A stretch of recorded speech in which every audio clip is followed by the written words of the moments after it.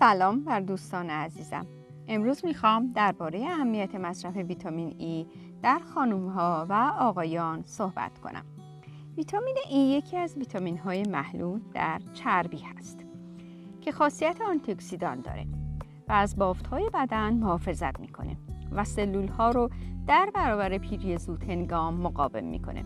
چون در داخل لایه چربی دیواره سلول قرار داره، از تخریب دیواره سلول جلوگیری میکنه و به این ترتیب جلوی پیری رو میگیره.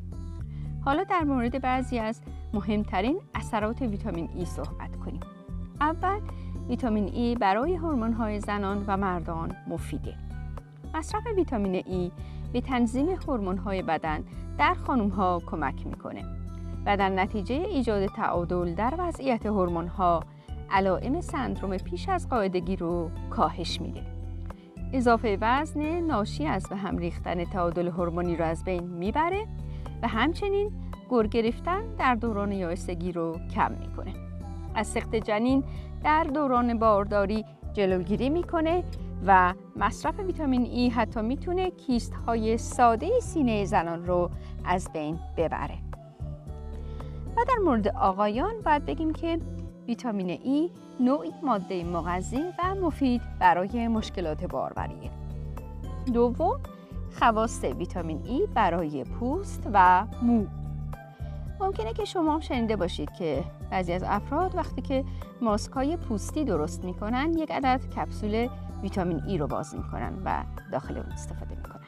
چون که ویتامین ای آسیب ناشی از رادیکال‌های آزاد رو در سلول‌های بدن مثل پوست کاهش میده و پوست رو در برابر اشعه ماورای بنفش حفظ میکنه و حتی چین و چروک رو کم میکنه.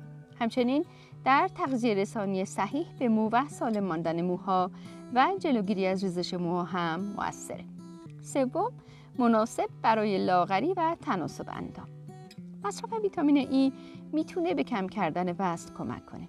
چون این ویتامین در بسیاری از فرآیندهای بدن نقش داره، میتونه سرعت روند سوخت و ساز بدن رو بهبود ببخشه.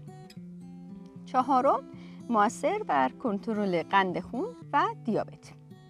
در افرادی که مبتلا به دیابت هستند، معمولاً سطح آنتی اکسیدانشون پایینه.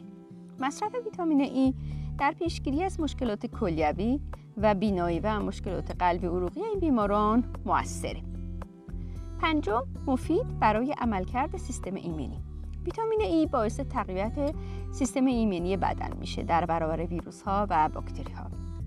این ویتامین با گشاد کردن عروق خونی از افزایش فشار خون و ایجاد لخته خون جلوگیری میکنه و تا حدودی هم جلوی اثرات مضر کلسترول اضافی بدن رو میگیره. ششم، بهبود آلزایمر. ویتامین ای نقش موثری در کند شدن فرایند از دست دادن حافظه داره. اگر همراه با ویتامین سی مصرف بشه، احتمال خطر پیشرفت انواع مختلف زوال عقل رو کم میکنه. هفتم، درمان کبد چرب.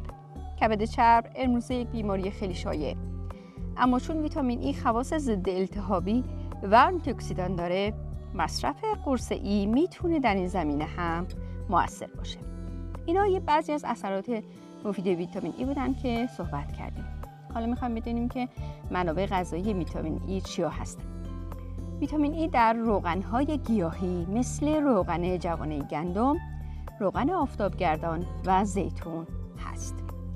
در لبنیات و تخم مرغ، خشکبار مثل فندق و بادام، دانه‌هایی مثل آفتابگردان، سبزیجات سبز مثل اسفناج و بروکلی.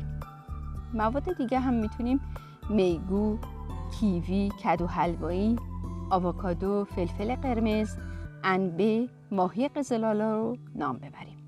اینها منابع غنی از ویتامین ای هستند. حالا کمی درباره چگونگی مصرف ویتامین ای صحبت میکنیم که خیلی مهمه.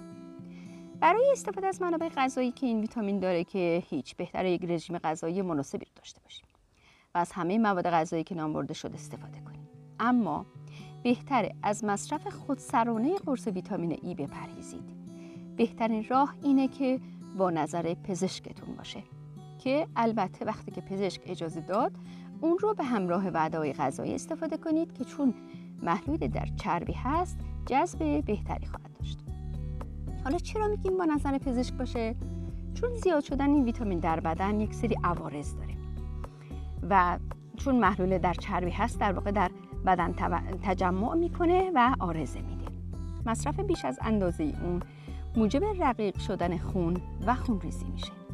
حتی سکته مغزی و قلبی هم میتونه به علت مصرف زیاد ویتامین A باشه.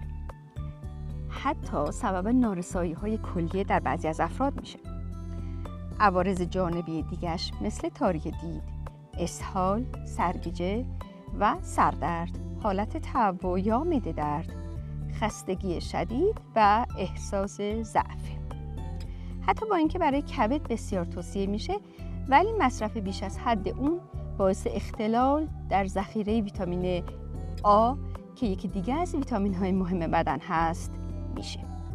و پوکی استخوان هم از عوارض مصرف بیش از حد ویتامین ای هست. حالا چطوری باید متوجه کمبود این ویتامین میشیم؟ با وجود اینکه کمبود ای بسیار نادره، اما سوء تغذیه و مشکلات گوارشی میتونه باعث کمبود اون بشه. بیماری‌های التهابی روده و بیماری‌های کبد و پانکراس که سبب عدم جذب چربی میشن هم میتونن باعث کمبود ویتامین ای بشن. به همین دلیل بهتره با این رژیم مناسب چربی رو به حداقل برسونیم ولی قطع نکنیم و در حد متعادلی مصرف کنیم تا با کمبود ویتامین ای مواجه نشیم. بدن ما برای ادامه حیات و سلامت خود به تمام گروه‌های مواد مغذی احتیاج داره و ویتامین ای یکی از مهمترین ویتامین هایی هست که با رژیم غذایی درست و سالم میزان مورد نیازش در بدن تأمین میشه.